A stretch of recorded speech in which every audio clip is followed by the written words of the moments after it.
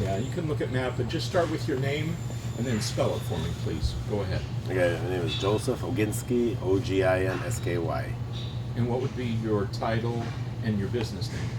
Business manager of the Town to Town Gourmet Pastries of Owasso, Michigan. Aren't you the baker? Baker as well.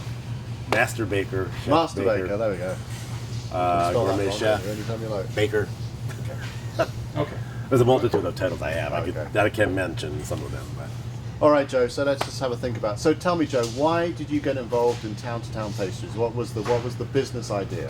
the business idea is I loved them all my life and I've made them forever for a lot of people for 20 some years and was selling them and was prodded by family and relatives and friends, customers to go into business. So instead of saying I love them, nobody knows who you are yet or what you're making. Okay. So what is? I love making them. Nobody knows what. Well, I you love make. eating them. Well, but what are they? Yeah. So let's start that. So Okay. when I sort of say, tell me about what is Town to Town, what is the business? What is it all about? What do you make? Town to Town or Gourmet Pastries is about the cream horns. It's a puff pastry dough with a cream-centered filling that a lot of people are liking a lot, and it just keeps going from there, and I'm running out of words. I'm going off track. Okay. So what makes it special? I saw this there. All right. So what makes Town to Town Gourmet? What makes Town to Town Pastries special? I haven't seen anything like it on the market. I've seen other ones that are been around forever, and this is a whole different view of the whole thing because of the puff pastry crunch and the richness of the cream. Okay. So how would you describe the product? If you had to sort of describe it to someone over the phone about what they were going to taste, how would you describe your cream horns? It's the crust, the crunch. You get the crunch and the cream.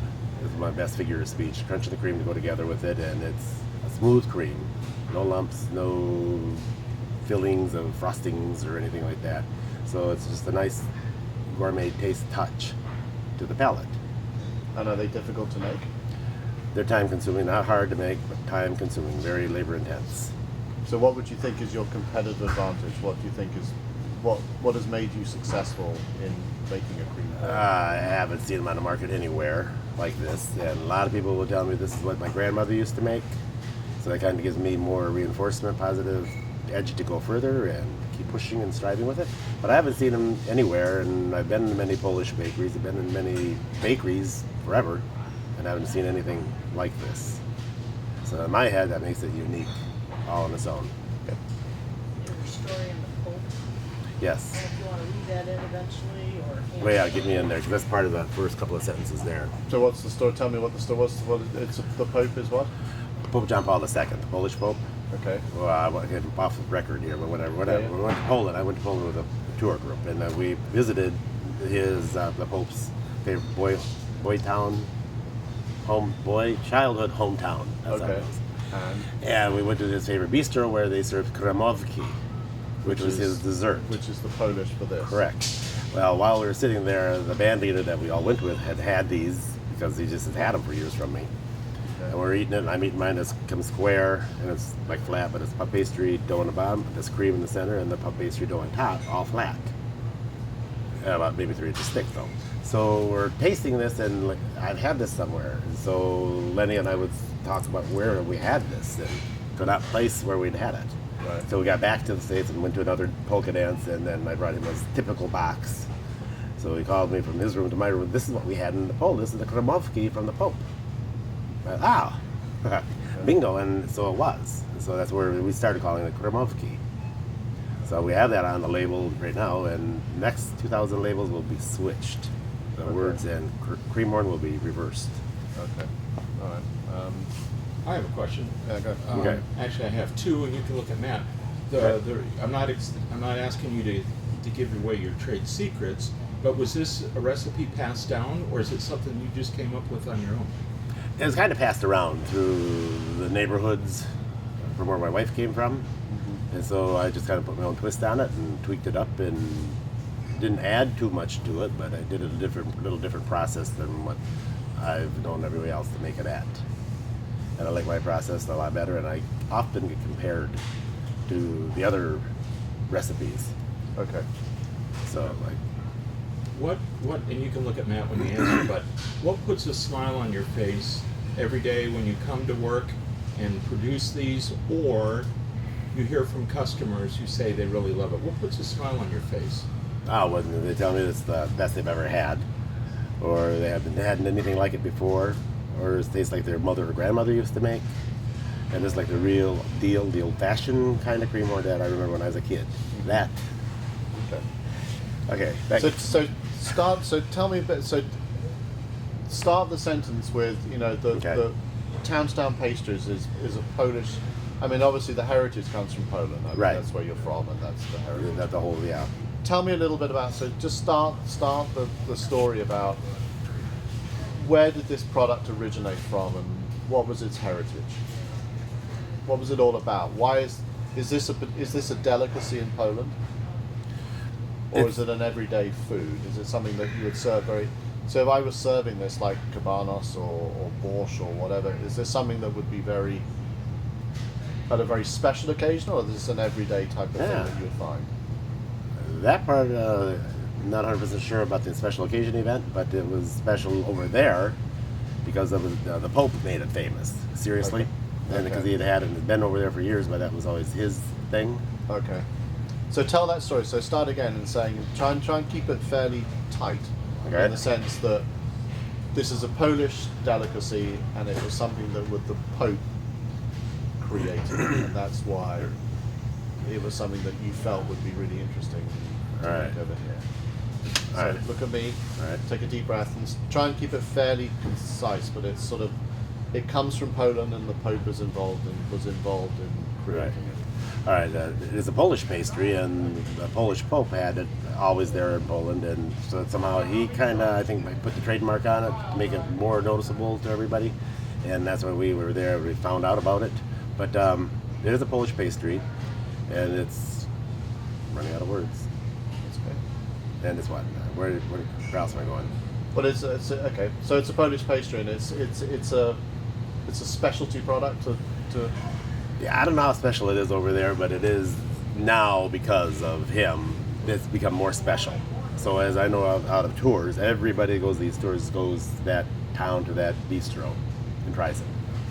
And did you copy the recipe of that, or is yours a spin on what he had at his bistro? It's a spin of what he had at his bistro because I found his recipe in a Polish magazine and made it.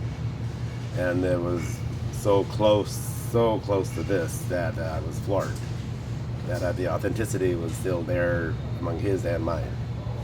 So how long have you been in business, Joe, and how many stores are you in today? Tell me a little bit about where you're selling your product. And We've been in business about a year and a half, going on 2 years in February, and we're in 17 stores right now. Detroit, Grand Rapids, Lansing, Flint, and Grand Blanc. And what types, and what do you sell? What's your offerings to customers? So tell me about the selection that they can buy. We have the 12-pack and we have the 6-pack, and they're all clamshelled up, and they're all by the dozen or half a dozen, whichever way you want to look at it. And they're cut in the size, their serving size. And with the long ones they used to make and people will buy from other places are way too big for a serving. So this is more, what do I get? More approachable, more edible, more usable, more, looking for a word. More consumable. More logical. Okay. It's not like logical because you got the half. It's good for 2 bites, Okay. kind of a thing. Okay. So now that you've got these particular offerings out there, I hear that you're now trying to create something more for food service, or a bigger package. We're trying to get some shipping going on and open up a shipping site. So tell me about that. So I've been working with the MSU Product Center and along with Bruce Hart, who's been helping me coordinate this whole thing, and we do have some samples here of where we're at with the progress of that, and it's very promising. It's very promising. Okay. So let's hold that. So have that. You can sort of so and then open it up and describe it. So describe to me this project that you're doing. So Bruce and I are setting this up, and he created some boxes for us, and then through calling around trying to find a tray to fit all these individually into, I came up with a company that out of New Jersey can have the trays, and so each cream horn will fit in its own spot. So then we can take that and get it shrink wrapped, and that keeps it stable and from out shifting around, because we've done the shifting before in the boxes where we thought we needed to pack them tighter and they would be a disaster when they were received. So we got this and we put them in this, and we'll shrink wrap this as well sometimes. And I've tried several testings to places around the country, people around the country, and they'll call me back with a report and give me their data and what to do different and suggestions and all that. So we're in the process of getting this all worked out, and hopefully with the next few months we'll be having something going on shipping with this. And this is a big problem to solve, Why? because they're so fragile. The crust on them is so fragile, and you got to worry about the heat of the cream. And sometimes we'll ship it, if we want to ship it to Florida, we just probably wouldn't do that, or Arizona, we probably wouldn't do that in the summertime, because it could be sitting out on a porch and the heat will take it. Okay. So tell me some other things that Diane's been helping you. What other things, if any, what other things have you enjoyed about working with the MSU Product Center? Oh, the MSU Product Center has been great, and Diane Smith has been 100% helpful, and every suggestion she's had has been, I go for it and I work with it and get back with her, so that we've done this and this and this, or we'll meet again and review numbers and review many different things and what to do next and who do I call for that. And so through her help, a whole lot has been challenged and a whole lot has been successful. So what would you say has been the hardest thing for you to achieve in your business so far? The hardest thing to achieve was the nutritional labels that MSU Product Center helped me with too. That was Diane Novak. Mm-hmm. So she did really well with that, and that was a challenge to figure out how many pinches go into every batch. Pinches of sugar goes across the top of each cream horn. Right. So the whole thing was just a big challenge, and to get it right, and we finally did it. And what's the strangest, funniest thing that anybody's ever said about your product? When you've been sampling in a store, what's the most bizarre thing someone said to you that... Oh, is this a cannoli? That, like, my response to that is, no, that's Italian, this is Polish. We have cannoli, we have kremówki. So that's always my biggest, soonest response, and that gets every one of my guys that do demo for us. If one more person calls it a cannoli, but just be nice. What would you do if they called it a cannoli? I would say, no, it's Polish, it's kremówki. I figure if they can say cannoli, they can say kremówki too. Okay. So maybe you can all call it the Kremov cannoli or something like that. well, yeah, there's a friend of mine in Owasso that has an Italian place. And he's, cannoli, or because he wants them in his store, but he hasn't actually taken the jump yet because it is an Italian place, and so he's looking for the cannoli. I said, you can call them cannoli, everybody else will, so that'll work too. So we're trying to get this whole thing figured out. Okay. I have a quick question. Yeah. Look at Matt. Where would you? Hey, you. Hello, Bruce. How are you doing? Where would you be without the product center's help? I'd be in my kitchen doing craft shows. Probably. Okay, can you start that with without the product center's help? Okay, yeah. Without the product center, I'd probably still be in our kitchen, at home, doing craft shows and getting ready for the winter, summer bazaar festivals and all that jazz. But the product center has got me out of that department and into a whole nother level, which I'm liking every day more and more and more. Okay. And then lastly, what's for the future? What are you going to do in the future? What does the future look like for town-to-town pastries? The future looks bright.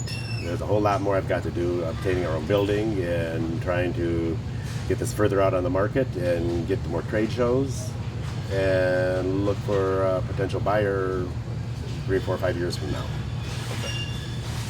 Great. I think we've got a whole heap of stuff in there. We're going to have to cut it and slice it a bit. Yeah, I think that. You want to sing while we got you hooked up?